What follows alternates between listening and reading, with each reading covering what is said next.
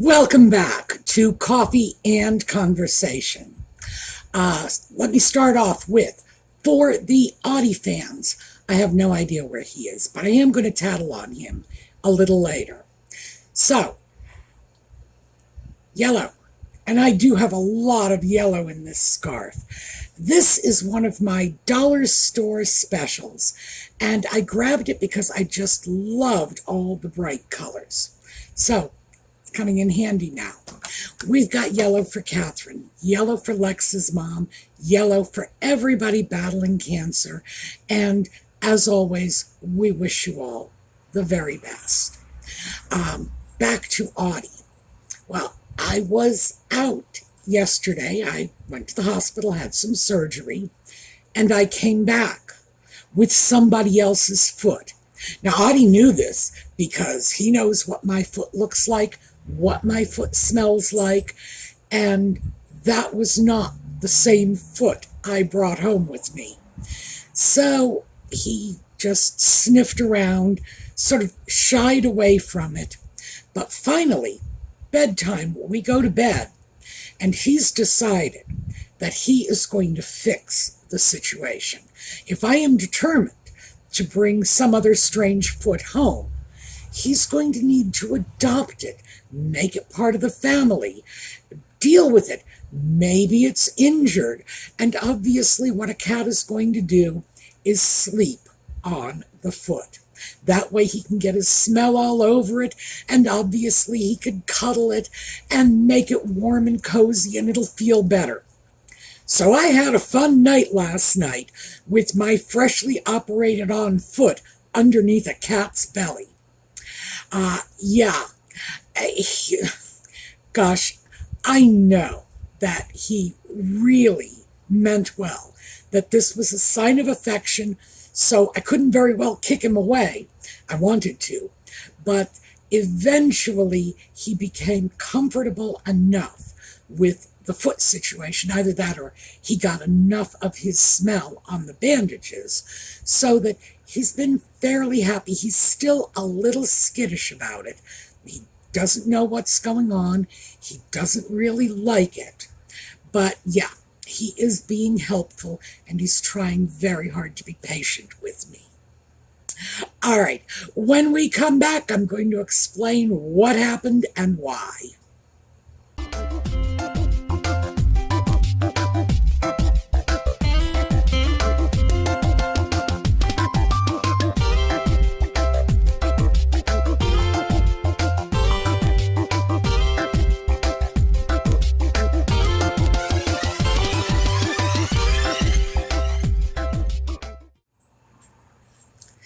So our story starts many years ago when I was living in Puerto Rico. Now, Puerto Rico is warm and wet. Perfect conditions for developing a toenail fungus. So I came back to the mainland with a toenail fungus. And I found a podiatrist locally. Didn't really hit it off with him. He seemed competent enough, and he did, in fact, deal with my toenail fungus effectively. In other words, it went away and stayed away for a long time. It's entirely possible it was still hiding in there somewhere. But this is a guy who has, like, zero bedside manner. So even though I felt he was competent, I was actively looking for another podiatrist, and I found one. And this guy he's great. He really is. He's a real human being. He's very competent as a doctor, but he's caring and he's funny and he's everything you want in a doctor, especially if you are in my situation, which is older and diabetic and walking whenever I can. I need a good podiatrist because diabetes is a condition that can really have a very negative impact on your feet. So, if for no other reason, the diabetes alone would make me very serious about podiatrist. But my podiatrist, I'm not going to mention his name, not now anyway. I may later. A couple of months from now, I may revisit this and give you his name. Pardon the interruption. A cat just came up here and decided that he was going to crawl around my desk, but not get into the video. Not yet. And I've got to keep an eye on him because, here, I have a can of soda on my desk. All right, not anymore. And he's been eyeing it because, you know, he's a cat. This is an open can. Hey, that's not a disaster waiting to happen, right? All right, back to the podiatrist. Or not. Are you coming into my lap? All right, all right. Come on. You can do it. All right, I'll take you. I'll take you. I won't make you walk. There we go. See, I love you, which is why I picked you up. Yes, I didn't make you crawl over on your own. Okay. So this was what my earlier interruption was. It was pretty clear he wanted to be here. Do you want to let everybody see you? Well, they see your profile. Yes, I know. Not quite ready for our close-up, are we? Audie was left yesterday for like 7 hours, all by himself, and he doesn't like that. And people think cats are aloof and loners, but this little guy, no, he is a people cat. And if I leave him for too long, he gets very upset. He loves company, and I think I mentioned he had a terrible time of it during lockdown when he just wasn't getting visitors anymore. He didn't like that at all. But we got visitors coming back, don't we? Not the way they used to, I know. But certainly he does love his company. All right, say hi to everybody, and I'm going to set you down. All right, there we go. Okay. Back to the podiatrist. Now, he is a very good doctor. And one of the many things he did was he gave me the tools I needed not to be visiting him all the time. In other words, his idea of practicing good medicine is to equip me to take care of myself, to monitor what's going on with my feet, to catch things early, not to do anything stupid that's going to compromise my foot health, etc. Now, it's not just that I am an educator and therefore I think this is great, but as a patient, that is what I want my doctors to be doing. I want them to be turning me into my own best first responder. Why not? So I had not seen him in a while when, and this was the beginning of this year, when I started to think my toenail fungus was coming back. So I called his office, and it turns out that his practice had been gobbled up by one of these massive medical conglomerates that I personally hate. So I'm not going to mention their name either. They are evil. May they burn in hell. And actually, I have mentioned them to you. This is the conglomerate that uses that company to store my records with an intergalactic headquarters. So you can see there's a good reason I don't trust them. So his practice got gobbled up by them, and I couldn't get in. I said, but this is my podiatrist. They said, no, you're a new patient. I said, no, I am not. No, I am not a new patient. They said, well, you're a new patient, and it'll be 4 months. And I said, sorry, I got to see somebody. I can't go 4 months with an untreated nail fungus. You would think that as a medical office, they would understand this. So I had to go find another podiatrist. But then, and I left a review. I was furious. I left a review online about how unhappy I was with the situation, that I liked my doctor very much, but now that he was part of this medical conglomerate, I was no longer considered his patient. What's up with this? So they responded. And in fact, my doctor's receptionist, you know, from the old practice, called me up and said, "Oh, we can get you right in." But my podiatrist is leaving in October. So I go in and I said, "Look, I've got another guy who's treated the toenail fungus, but I think I'm getting arthritis in my big toe."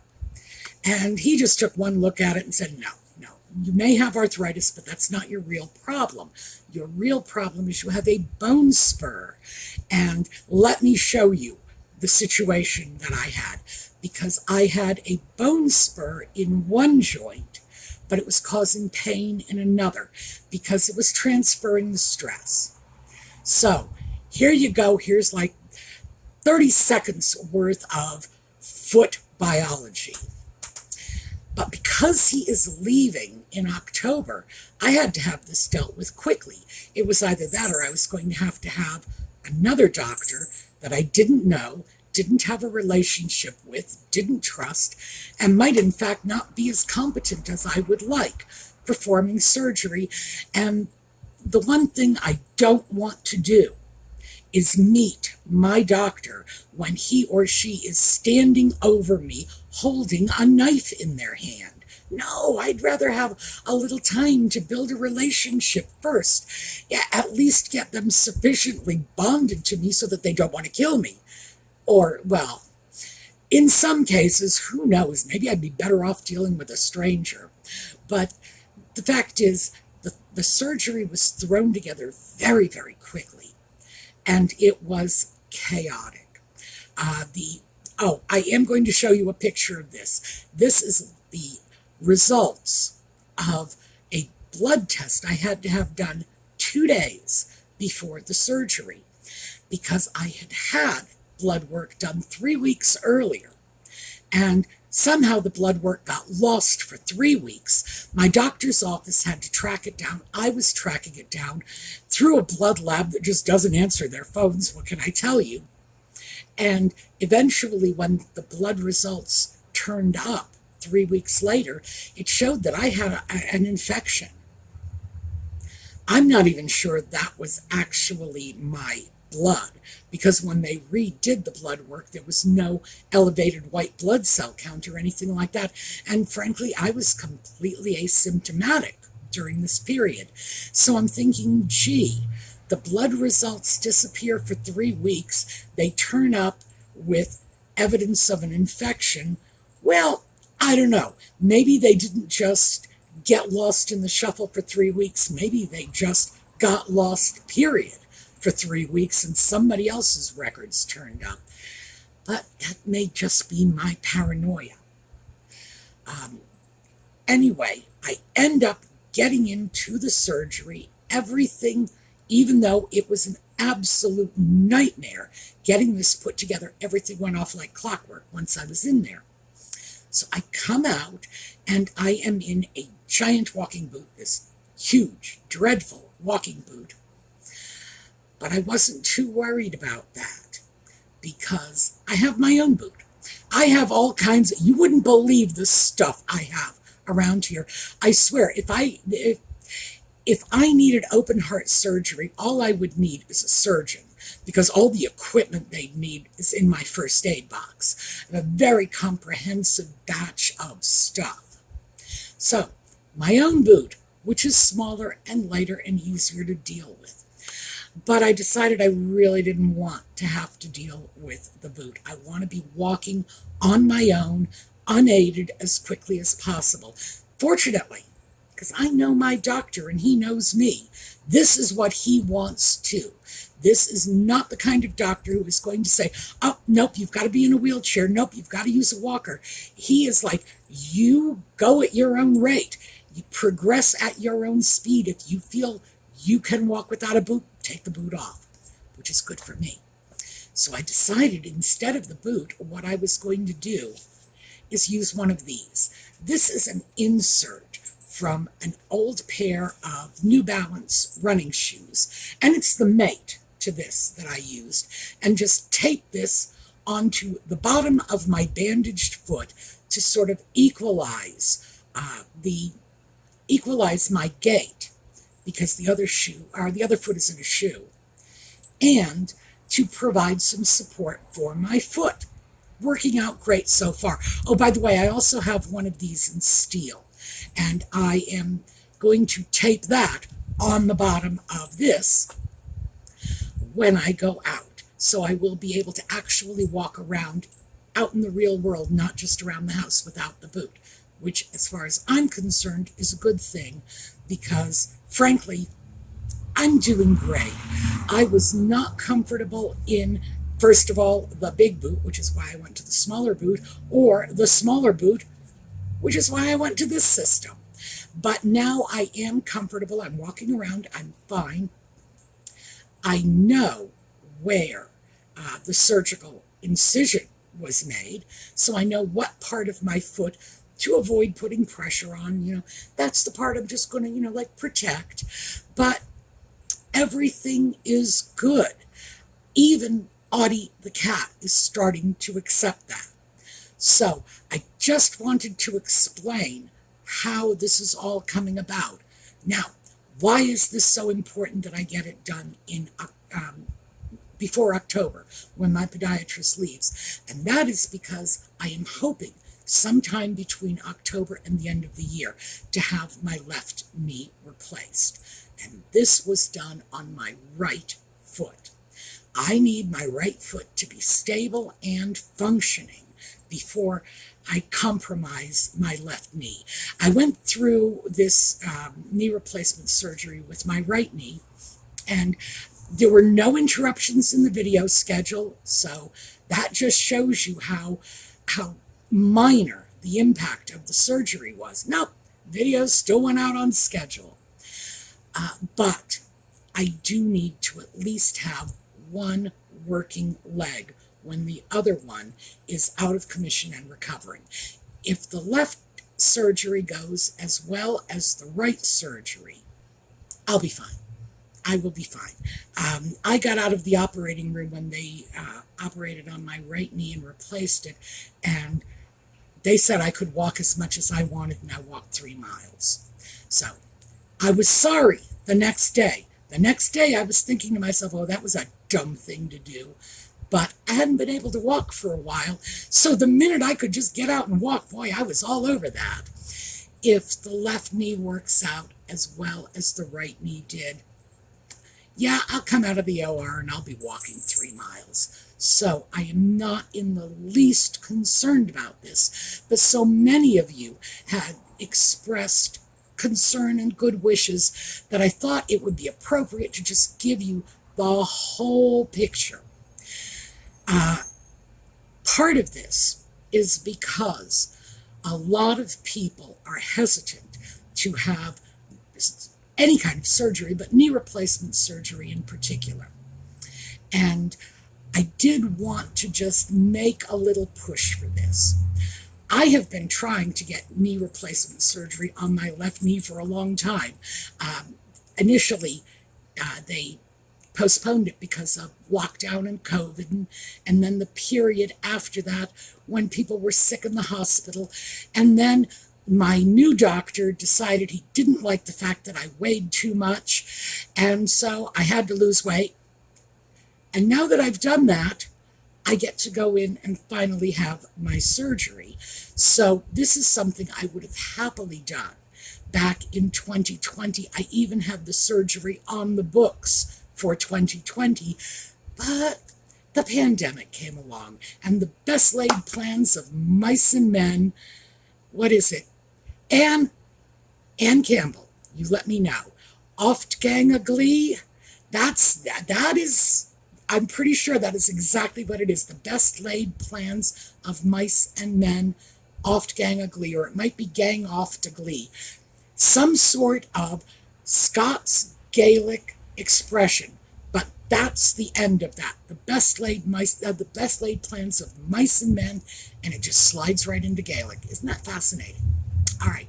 Anyway, the best laid plans of moi took a nosedive, but having knee replacement surgery can truly change your life, especially if you're having difficulty walking as we get older, if we get confined, if we start to face those limitations. And the only thing I can say is, if I could do it for you, I would. Seriously. And I hate hospitals. I hate hospitals. I hate surgery. Just eek. But it's a piece of cake. Honestly, it's a piece of cake. And even though I regretted walking those 3 miles right after surgery, a week later, when I had the staples removed, my doctor's office is 1.5 miles from here, and I walked to her office and back. So that was a week after surgery. So yeah, it can really turn things around for you. All right, enough about that, but like I say, I did want to give you an explanation simply because you have all been so very supportive. And when I was saying this is really kind of nothing in the overall scheme of things, there are so many people out there who are so much more deserving of your sympathy and your get well wishes. I am like so far down on the list. Truly I am, because my issues are nothing compared to the medical issues that a lot of other people just in our YouTube community alone are suffering. So please throw your good wishes their way. Don't waste them on me, because I'm going to be fine. All right. Now, we're going to pull a related thread from this. So let me go over to yesterday's video, which was that mess of miserable outdoor footage that just didn't seem to work out well for me about waterproofing suede shoes. Well, a lot of people in the comments, I would say a lot of people in the comments had mentioned the moccasins. And I thought it would be worthwhile to just take a quick look at this, because as we get older, things like those spiked heels that we were wearing in our younger days, off to parties or to work or whatever, and Lord knows, we wore some pretty bizarre shoes when I was younger. Sometimes we just hit a point where those are a thing of the past. They are for me. I am through with high heels. It was something that I never really found high heels comfortable. Never. And I wore them because it was expected of me because of the environments I was working in. Now that I get to choose, no, I'm not going to do it anymore. And consequently, because I don't want to spend my life in sneakers, which is what I was doing for quite some time. When I first ditched my high heels, I replaced them with running shoes. Just, this is it, I'm wearing sneakers. And if I wanted to get dressed up more dressy than just sneakers, I was usually just sitting in the closet, scratching my head, saying, I'm not sure. I don't really feel like I have anything that suits my style but is comfortable. And that's when I started going over to flats. In particular, I went over to moccasins. Just happens to be something I like, primarily because these were popular. Remember, I'm a child of the 60s. These were popular when I was young. Moccasins, yeah, that was just hot and trendy in 1969. But they're very, very comfortable. And they can range from just something you would only wear with jeans right up to something that is a lot dressier. Moccasins have sort of gotten pulled out of the fringe, and now they're sort of the mainstream. And a lot of flat shoes are very, very stylish. Ballet flats are stylish. Loafers always have been, although they haven't been super dressy. They've always been sort of that, that level of better casual, sort of, what I consider casual plus. Yeah, you could throw loafers in there. the thing is that we have options in terms of our shoes that our mothers didn't have. Now, my mother wore loafers. My mother wore loafers ever since she was a kid. She was born in 1929. So she took up loafer wearing sometime in the Second World War, I'm sure. And that stayed with her for the rest of her life. If she was wearing flat shoes, she was usually wearing loafers. And she was wearing those pointy-toed patent leather spiked shoes if she got dressed up. But most of the mothers from my generation, my friends' mothers, most of them were compelled to wear high heels when they went out in public. If you were going out shopping to a department store, you wore high heels. My mother would not have worn loafers to a better department store, let's put it that way. We can do that now. We really can. So what I wanted to just throw out to you is you don't have to just wear sneakers. You don't have to wear flip-flops in the summer and sneakers in the winter, and that's the end of it. No, there are other options. For me, that option really is moccasins, mostly because I'm driven by my quest for comfort. But even though I want to be comfortable, I don't want to look like, I scavenged my clothing out of the local Goodwill bin.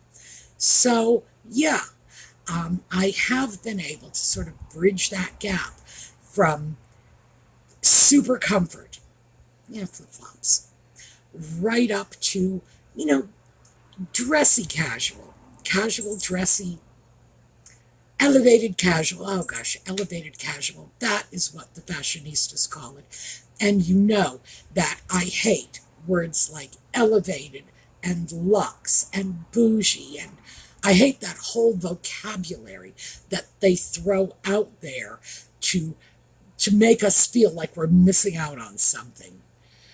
It's very, very easy to find good shoes that are not hard to wear.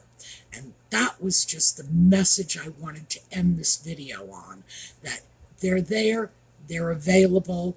So for heaven's sake, please don't think that it's the high heels on one hand and the sneakers or flip-flops on the other and nothing in between, because there is a fabulous range of shoes in between. I'm not sure, I don't need shoes right now.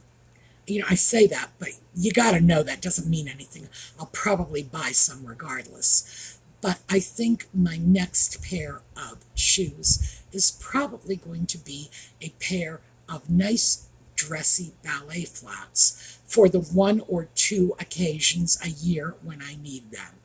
So, and because it's only 1 or 2 occasions a year, I am right now working on talking myself out of it. Like, you don't need this.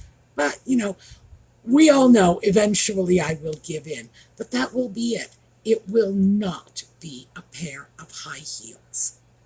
Not happening. Because, again, comfort. And not just that, but at my age, I got to start thinking about that whole what happens if you fall and break a hip thing. No, thank you. So I want to be comfortable, but I think I want to keep my feet flat on the ground while I'm doing it. All right, that is what I have for you today. We are going to take a look at a slideshow on the way out, and I will see those of you who followed Just Chatting this evening, 8 o'clock New York City time, and everybody else, I will catch you next weekend. So, in the meantime, have a terrific